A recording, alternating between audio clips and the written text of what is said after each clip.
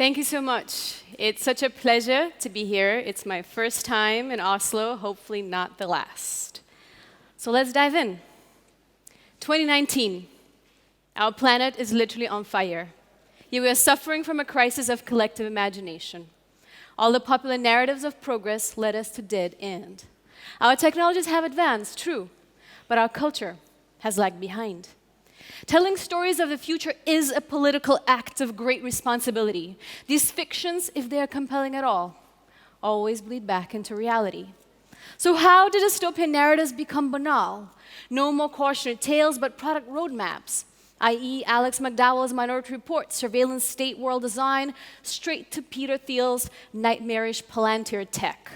Or, possibly worse, resignation to dystopian reality becomes an escapist pastime, an excuse to give in and just do nothing.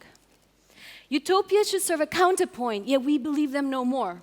Vaccinated by the 60s failed top-down visions and the Silicon Valley's futurists peddling exponential technology to save us all, conveniently forgetting to correlate the exponential tech curve with exponential extinction of species. You see, the problem with utopia is twofold. One side of it is just how homogeneous utopian future vision has always been.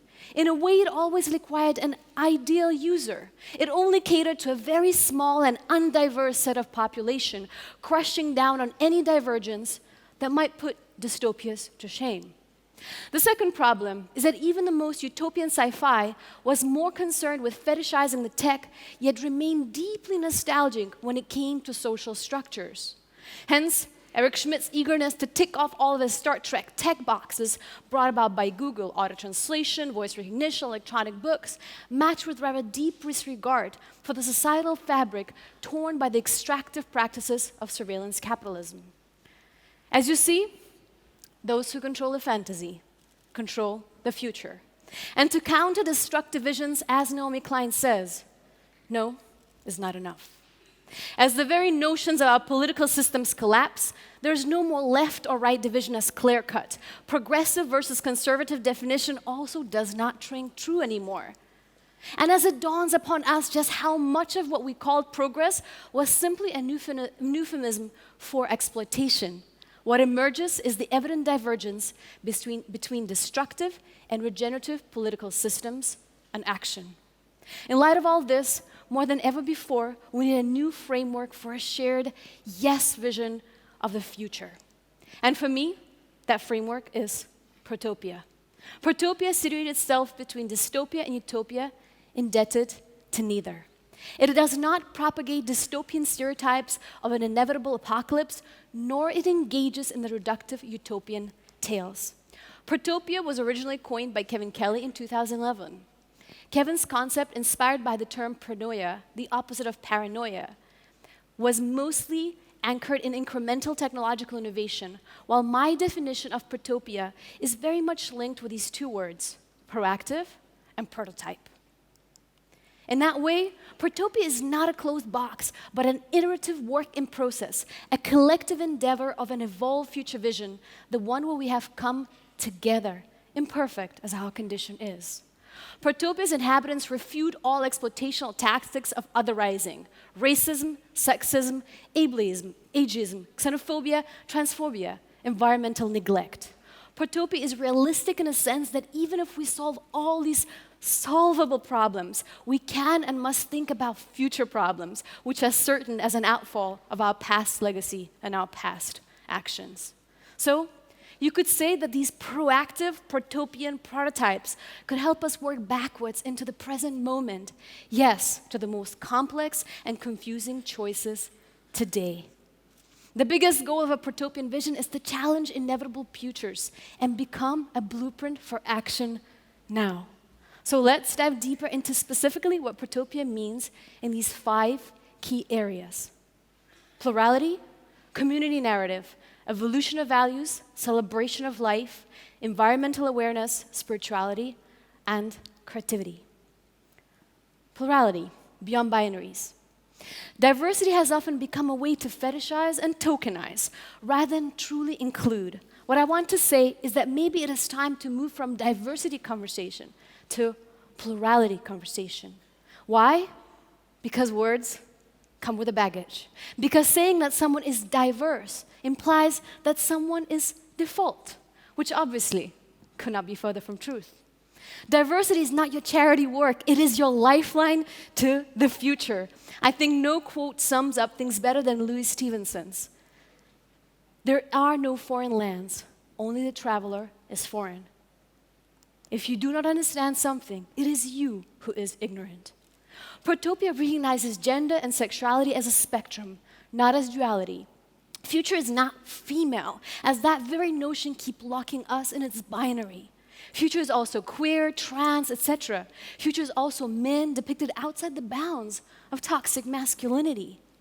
Future is us being fluid and dynamic in our gender and sexual expressions. Protopian future embraces true cultural plurality without stereotyping.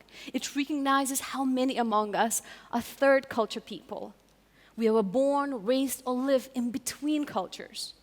And in this journey absolutely involves moving beyond tolerance, but actually celebrating our differences of our interwoven cultural narratives, while also seeing how interlinked we are as a planetary culture and as a species.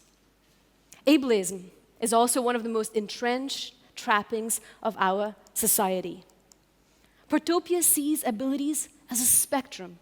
The notions of abled and disabled must become obsolete as we knew them, especially as technology allows many of us to live in ways previously unimaginable. Ageism is also a trap. Instead of continuing to draw generational boundaries, we must see how we can all contribute through our unique life experience. That being said, we would do well by taking seriously the dreams and determination of the youngest among us, discarding the cynicism that comes with experience. Cynicism is never superior, what we mislabeled as a youthful naivete. Disciplinary boundaries too are melting. We must attempt to see future ourselves as people who move across disciplines and integrate, not divide. Mostly every new groundbreaking discovery emerges through a cross-field collaboration. Which brings me to point number 2, community narratives. And here, the very paradigm of how we have been telling stories needs to evolve, from watching it, to participating in it, to being it. We must go beyond hero's journey narrative tropes. Community is the hero of the future. The us is the hero of the future. Our stories must revolve around us coming together, not because we are similar, but because our diversity is our wealth. Ubuntu as a design paradigm for the future. I am because we all are. We must design technologies and infrastructures not around Descartesian notion of I think, therefore I am, but I am human because I belong, I participate, I share. And here I want to quote Chinua Achebe. A man who calls his kinsmen to a feast does not do so to save them from starving. They all have food in their own homes. When we gather together in the moonlit village ground, it is not because of the moon. Every man can see moon in his own compound. We come together because it is good for kinsmen to do so. Evolution of values. Here, we must learn from the youngest and the most marginalized among us. Yes, exactly the millions of them marching in the streets because adults and the structures of power have failed them. Their value in putting their life on the line for what is right, for a dream that contains more than them alone, has so much to teach us about the future values we all need. We must also ask ourselves what a real picture of a society where access is more important than ownership looks like. And in that process, we shall move away from colonialist and neo-colonialist success story steeped in culture of exploitation to culture of contribution. The current model of our economy is based on infinite growth in the world of finite resources. We all know that. We also know that it is unsustainable and it is deadly because it is linear. We dispossess our home planet of its natural resources, using them to make more stuff we don't need. If our economy is not fully circular, we will choke on our waste. I want to think, though, that the infinite economic growth is possible, and it could lead us not towards a society of survival, but thriving. That is, if this growth would be anchored in the production of knowledge and experience, rather than physical goods. I'm not arguing for an idea that we will stop producing things entirely, but I am absolutely arguing for an idea that we need to produce it all differently and shift the very focus of our production. Environmental consciousness. Environmental conversation needs to move away from just the climate change. It is much bigger than that. Exponential global warming, biosphere collapse, and climate pattern disruption is the new reality we are living in. And in an interconnected world, anybody's problem is everybody's problem. We have caused so much damage that by now sustainability is an insufficient solution. We must engage in regenerative action in every choice that we make as individuals, as corporations, as nation states, and as a planetary civilization. We know many ancient and new environmental solutions are available to us, yet we struggle to see a picture of all of them together as one living system. We must design our future habitats outside the conventional duality of rural and urban. It's about nature seeping into our cities and rural environments having access to city infrastructures. And last point, when it comes to the culture of symbiosis and coexistence with living systems, indigenous populations of the world hold more answers than any of the settler cultures combined, and we must listen in humility. Celebration of life and physical presence. Life as technology is truly where the bleeding edge is at. 20th century futurists made us think of the future as mechanical, sending tin cans to space being the coolest thing we can do. That is not true. And that approach has led us to mass environmental suicide. The realization is now dawning upon us that the truly inhabitable, regenerative future is the one based on biological technology. Biomimicry for urban and industrial design, bioengineering, and new organic materials replacing fossil fuel-based ones. Protopia is also fully anchored in recognition that technology is but an extension of our biology. It does not have a volition of its own. And so it must allow us to be more together than apart. And by together, I mean not just together as humans, but as all life here on Earth. We must design tools and platforms and experiences that enable embodiment, embrace physical presence, and joy of bodily expression rather than constrain, isolate, and disconnect us. Again, both from each other, but also from all the world we live in and the world that lives in us. Hello, microbiome, and the little creatures within you and upon you. We must think of tenderness, sensuality, and sexuality in the future tense as well. We are not machines. We are playful, emotional, social, creative animals. So let's feel. Let's play. Let's create possibility spaces where we can belong in.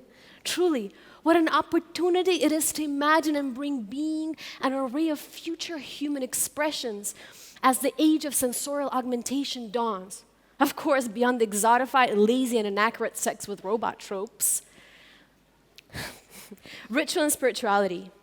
Ritual and spirituality is a very important part of people's lives across the global south and beyond. So how, instead of stealing elements of cultures and bastardizing them by erasing the very sources, we can all engage in collective learning, cultivating, and growing of the kind of spirituality that will help us connect rather than split us apart. In that, we must ask ourselves questions such as, what do cities that do not erase rituals and spirituality look like? What do technologies that support spiritual practices look like? And what are the future rituals to maintain our physical and mental health? And my last point, creativity and subcultures. The world has never seen such explosion and emergence of new subcultures, yet our narratives, technologies, environmental efforts, and urban design remains mostly blindly to it. Expressions of our youth in all of their variety and contrast need to be embraced, not denied access to. Creativity needs to be decoupled for disciplines that have been conventionally seen as artistic. In the age of technological automation, creativity matched with critical and analytical thinking is the crucial survival skill. Protopian future cities are not just smart, they are creative. Their living fabric is woven through and with creativity that makes the cities livable, that gives its inhabitants a sense of ownership. And as my brilliant friend Gabriela Gomez Mont says, the right to the city includes the right to play. And when it comes to the entire innovation conversation, we must remember that innovation is but an applied creativity. It all starts with imagination. It all starts with a dream. I now realize how many times I said must in this presentation. I say we must because we don't have much of an option. It's either we evolve, shift the very paradigm upon which we build our material wealth, or we face a mass extinction, an upheaval that will likely lead to mass extinction. Futures are exclusively radical. These global issues, however, truly are global opportunities, and even if our chances of success are slim, the defeat by the worst aspects of our nature is surely not an option we want to consider. And each aspect of this good fight, social, racial, queer, feminist, is glued by the fight for environmental justice. Because environmental injustice will always target first the ones that are the most marginalized. However, all of us will come next. It is said there is no real peace without justice, as it would only be peace for some, not all. And this justice, this intersectionality, it is not something we need to fear.